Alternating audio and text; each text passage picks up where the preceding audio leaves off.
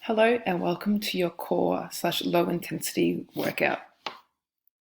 Today you will go through 6 exercises. For each exercise you will do 40 seconds of work followed by 20 seconds of rest before you move on to the next exercise.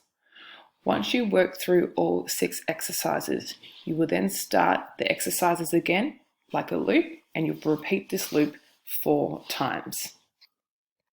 The 6 exercises that you will be working through today are shoulder taps, glute bridges, bicycle crunches, donkey kicks, straight leg raise, and push-ups. So as I said, the way that this will work is you will work through your shoulder taps for 40 seconds, 20 seconds of rest, and then you'll do 40 seconds of glute bridges, 20 seconds of rest, and you move all the way down until you get to the push-ups. Once you've done your 40 seconds of work and then 20 seconds of rest, you will then go back to the start to shoulder taps and you will begin the loop again. You will do this 4 times. I'm now going to explain to you how you do each of the 6 exercises.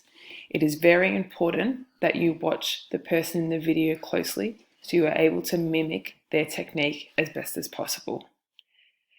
It is very important that if you feel any pain or if the movement feels quite uncomfortable, that you stop.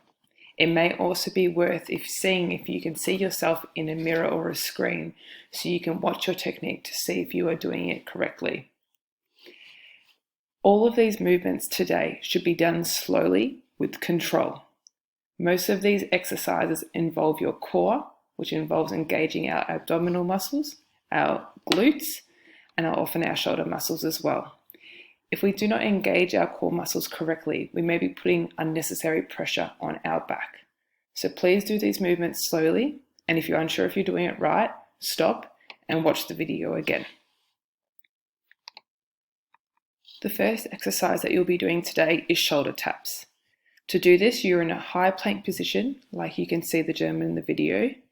It's important to note that his hands are directly underneath his shoulders. You do not want your hands in front of your shoulders. You want them straight, perpendicular to the ground. You can see that his back is flat and his bum is not sinking down or arching really high. You want to keep your body as straight as possible. To do shoulder taps, watch his hands as they tap to opposite shoulder. The key thing is that his core is barely moving. So we don't want your bottom and your hips having any movement at all. So you need to suck your belly button to your spine to engage your core. The second exercise is a glute bridge. It is important that you start with your feet close to the end of your bottom, but not touching.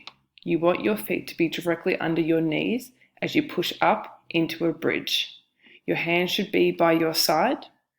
When you engage this movement, as you will see her do in a second, you need to squeeze your glutes and you need to again try and suck your belly button into your spine to engage your core. It's a slow movement and we're really trying to squeeze our glutes, so our buttocks muscles, to try and get them to be working under fatigue. You want to be nice and straight and not overarching through your back. Again, this should be done slowly, and you can watch her feet are directly under her knees as she comes up. If you find that that's easy, I would encourage you to do single leg bridges where you lift one leg up and then you might do 4 on one leg and then you'll swap over, put the other foot down on the ground, put the other one in the air and do 4 on the other leg. Our next movement is a bicycle crunch. To do this, your legs will mimic like you are riding a bike as they go around and round in circles, and your elbows will be trying to reach your opposite knee. For this exercise, it's crucial that you don't try and reach with your neck. Your shoulder muscles, we don't want them creeping up towards your chin. You want your shoulder muscles to be relaxed, and you don't want to be trying to pull your chest forward by using your neck muscles. We should be squeezing in our core, so belly button to spine, and that should be the muscles that allow us to create this movement here. Start nice and slow, and you should feel that burn or shake in your abs almost straight away. So opposite elbow to opposite knee. Please don't try and lunge with your neck to try and get that movement.